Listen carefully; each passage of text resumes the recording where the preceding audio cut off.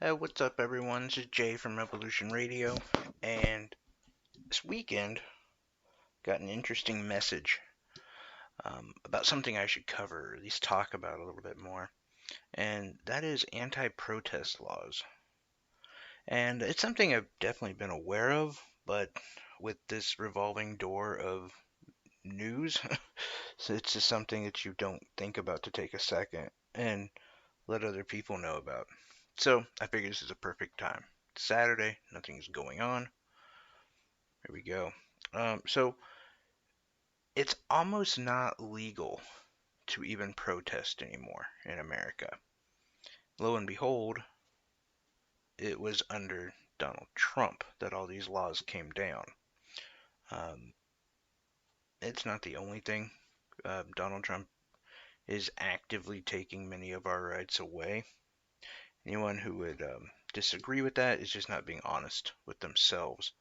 In fact, many will argue that the vaping ban will happen. We've already seen more restrictions on guns, so forth and so on. It's a completely different show. This one, though, is about the anti-protest laws. Many of them came after the Dakota Access Pipeline protest. Um, and if you don't remember, it was a large group of Native Americans and also politicians, some politicians, I shouldn't say large group, a few politicians like Richard Ojeda and Bernie Sanders, AOC was there, who were all protesting the construction of this pipeline that went under Native American ground for it was like a burial ground. Anyway, it was halted in 2016 while a judge was deciding if they could continue with their progress on the pipeline. Um, but in February of 2017, Donald Trump overrid it and said they can continue working. Now, just past that, Oklahoma introduced a bill called HB 1123. Now, this bill, which did pass, by the way, um, it essentially means you can't protest on critical infrastructure sites. And critical infrastructure, you might say, well, what's that? Um, it's a very loose term that can mean anything from a water plant to energy plants, any sort, including oil. Um, Anything that they deem critical. I don't believe like um, an internet company would fall under that, but many of our resources they deem critical. Um, but something to make note of, there is nothing in the bill that actually specifies. So I feel like this is a moving term. Um, so anyway, this did pass.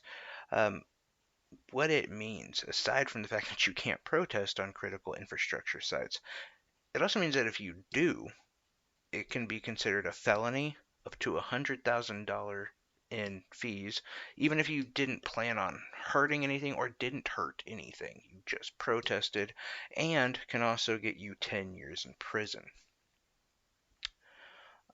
which is pretty major. And I know most of you are like, well, I'm not in Oklahoma, so I don't care. We all remember the line from George Orwell's 1984. First, they came for the socialists. I didn't do anything because I'm not a socialist. Then they can't, So, and it wasn't enough just with Bill 1123.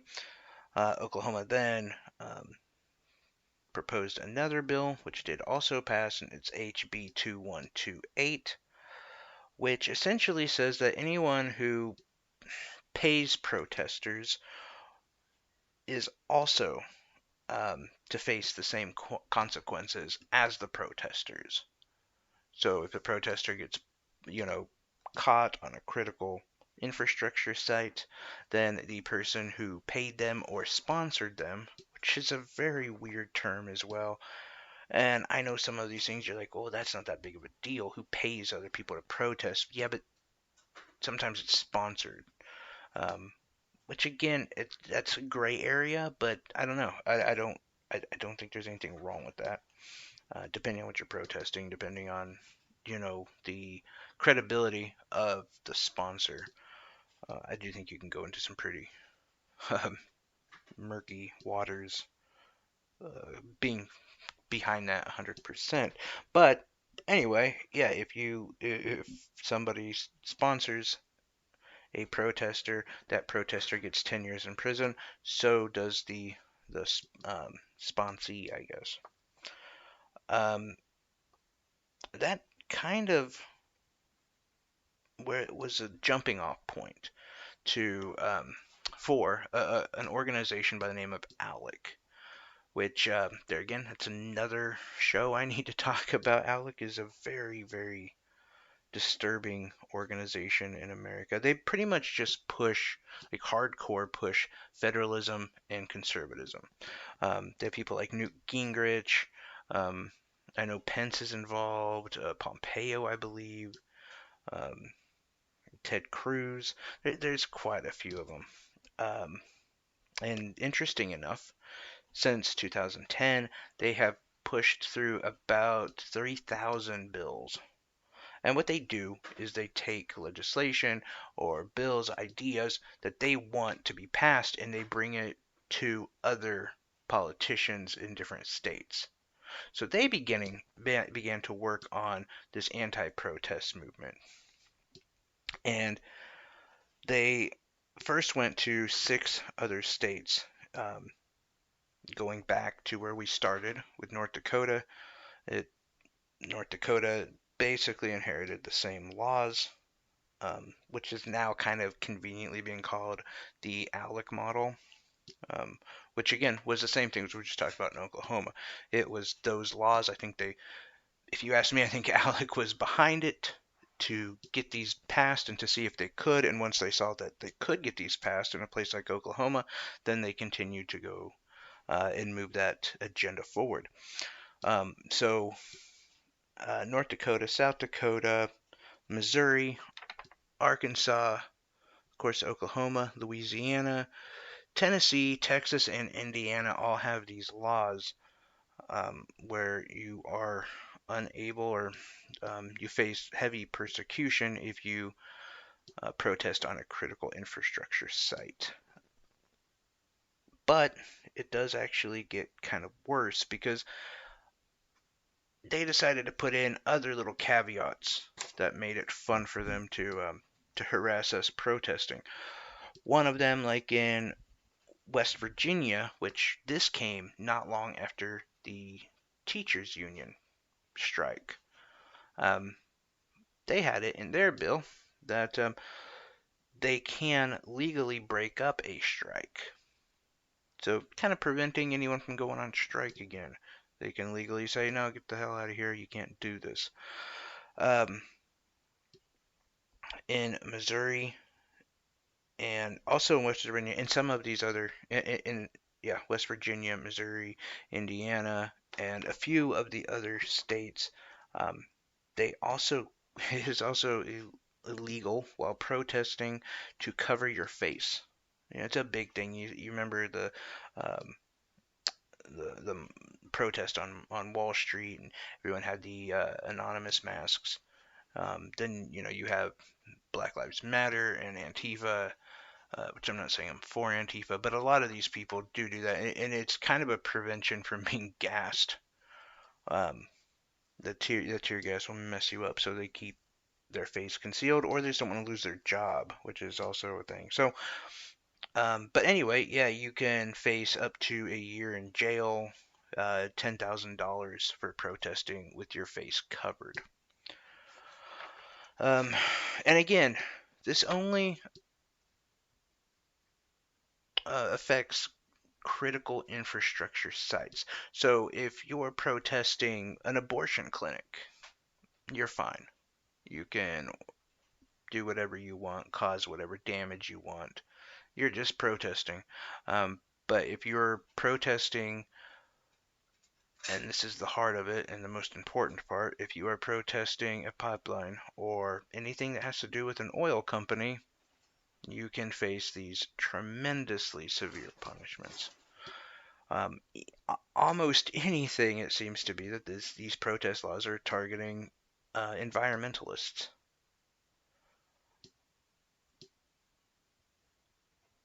And if you kind of question, well, is that true?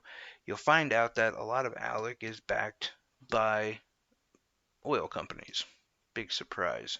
It's just another way in which the oligarchs in America are controlling our rights, our freedoms, and controlling our country.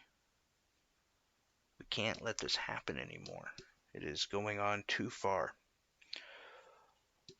and has been for, unfortunately, for a while. But as we wake up, and honestly, as we see right in our face what somebody like Donald Trump's doing, it makes us more aware. I think that's one of the things that I will give credit to Donald Trump's administration. It seems like people care now, and people are paying attention. We can't wait to find out what he does or what he passes, what his motives are. So we could go to Twitter or we could make a dumb podcast like this and expose it. It's the best thing for America. It really is. Because now we're paying attention. We got to keep paying attention. Trump may not be in here very long. I don't think he will. I think at most we got about a year left of him. But that doesn't mean we give up. That doesn't mean we go away. Even if it's Bernie Sanders, who our next president is, and I will be honest, I support him and back him. But I will be watching him carefully. I'm not going to make excuses for the things he does if I don't agree that they're the right move. And that's the way we should be with every president. And I hope that's something that continues. If for nothing else, all of our laws, all of our rights, we're going to continue to lose. Already in 9 states, you can't protest oil companies, essentially. And it's protected. They are protected. We're not protected. They are protected by our laws, by our government. So the other thing I want to talk about is journalism. And I'll keep this short. You got to stop supporting journalists who aren't doing actual journalism. I'm not saying support me because I'm not a journalist. I am not that talented. But I saw this story on Friday. And I saw, well, first I should say, I saw on Twitter, it was hashtag eat babies. And I was like, well, that's interesting. I'm glad to see Jeffrey Dahmer's movement is finally making an impact. But no. It started at Fox News when they had received and pushed a narrative that came from a group that infiltrated AOC's town hall meeting that she likes to do once a month. She had all of her constituents there asking her questions about an array of different things that affected their lives, which I respect the hell out of the fact that she does that. Many politicians don't do that, especially those with a name as big as hers. But she does that every month to try to find out how she can help her constituents. Um, there was a plant who came in and she asked the question that at first she admired AOC and said she stood behind the Green New Deal and went forward and saying, oh, but I've seen all the things that we've tried and it's just not going to work. Oddly enough, in this, she said, we can't eat. I've seen where we could eat dead people to stop CO2 emissions, but that's not going to work. We should move to just eat babies. What? And we need to do that now. Um, what? It made absolutely no sense. And if you had any question about this woman's, um, I don't know, motive or how much she was she being satirical? She was wearing her own shirt about how we need to eat babies for the environment. Uh, AOC handled it, I thought, far better than I would have. I would have been like, are you crazy? How is that going to help anything? For one, it absolutely makes no sense. But anyway, this got, spread across the internet, and the group La Rouge, um, they are the ones who had this woman go in there and ask this question and act like a real um, psychopath. Um, it blew up. They got over 1 million views, and of course they edited it and made it look great and said, "Oh, this is what the Green New Deal and the progressives are about. They're just going to eat babies." Which, by the way, if you are falling for that narrative, Jesus Christ, what is wrong with you? And I should ask that to people like Tucker Carlson and Sean Hannity, who picked up that. And they started running with it, and they shared the story. Oh, look how unhinged the left are. No journalism. They're not doing journalism at all. If you were a journalist, you would look into, okay, this group admitted to putting this woman in there and asking this insane question. Well, who is this group, La Rouge Pack? What do they stand for? What's um, they are best suggest they're an alt-right, a far-right conspiracy theory group who supports Donald Trump. That's who they are. And we have people who rely on Fox News as news. It's not, they shouldn't, but they do. And there should be a little bit of journalistic integrity at that company. But there's not. They are a failing piece of junk corporation that has no idea how to actually do journalistic work. They have since this all came out and everyone kind of caught on to it. There's been retractions and, oh well, we knew it was just, but look how unhinged they get.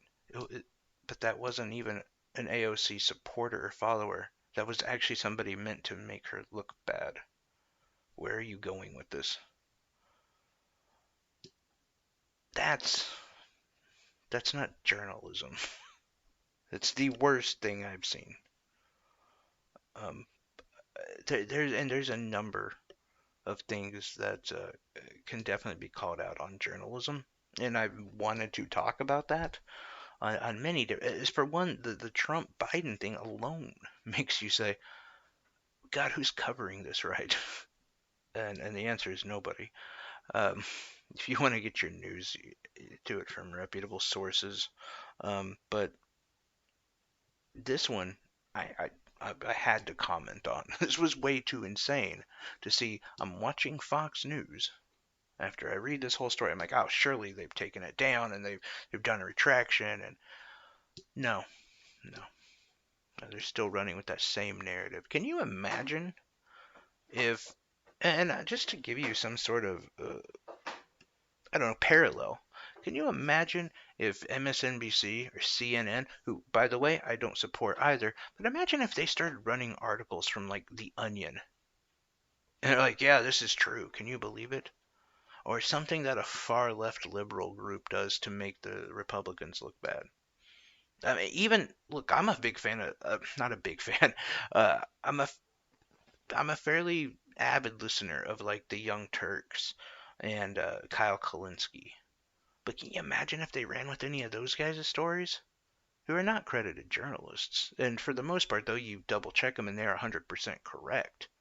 And there would be nothing wrong with piggybacking on some of the things they said because they are cited and they are credible. But the idea of doing that is just a little out there. It'd be very very weird to see that happen. And again, I'm actually not opposed to doing that, but if you saw that And especially if you're on the left or on the right and you're like, oh, look, they're quoting the Young Turks. Oh my God. It's just propaganda at its worst. Even though what the Young Turks are probably reporting is credible, cited, and you can fact check it yourself,